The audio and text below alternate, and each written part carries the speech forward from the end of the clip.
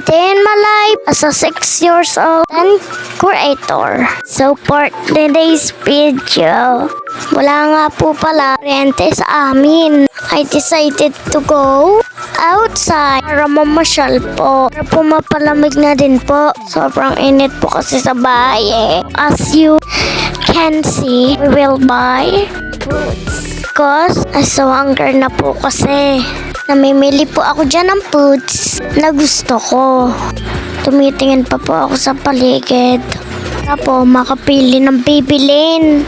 Kaya lang yung ibang pagkain po, hindi ko po type. So kumuha po ako dyan piatos. Akala po kasi magugustuhan ko. Lupa nga po, pinili ko dyan. Yan guys, oh. Tumitingin pa po ako kay Tita Jang. Sinasabi ko po sa kanya kung anong gusto kong kulay. I chose color blue. And I changed my mind. Ayoko po pala ng piatos. I decided na ibalik na lang po. Kasi po nakikita pa po ako ng mas better. Ayan guys, naibalik ko na po. Lumipat po pala kami sa ibang side. Parang maghanap pa ng pwedeng mabili. Dito na nga po pala ako nakahanap ng gusto kong food. Ay, napili ko nga po pala dyan ay cheese ring. Yan po guys, so yun po nang bili ko.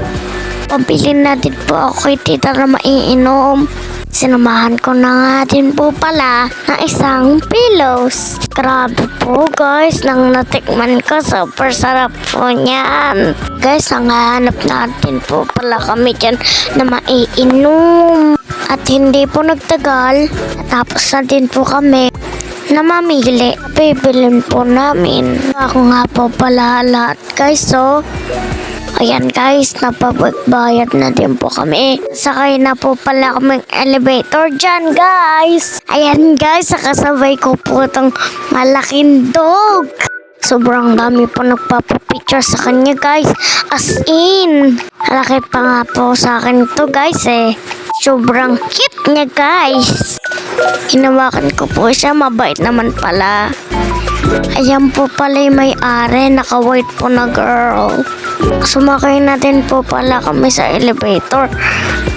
Kasama yung dog. Dito naman guys. Dito po sana kami tatambay guys. Kaso mainit. Kaya pumuesto na din lang po kami sa isang gilid. Ito na nga po pala kami kumain sa isang gilid. Kita nyo po guys, ang lakas ko po kumain no.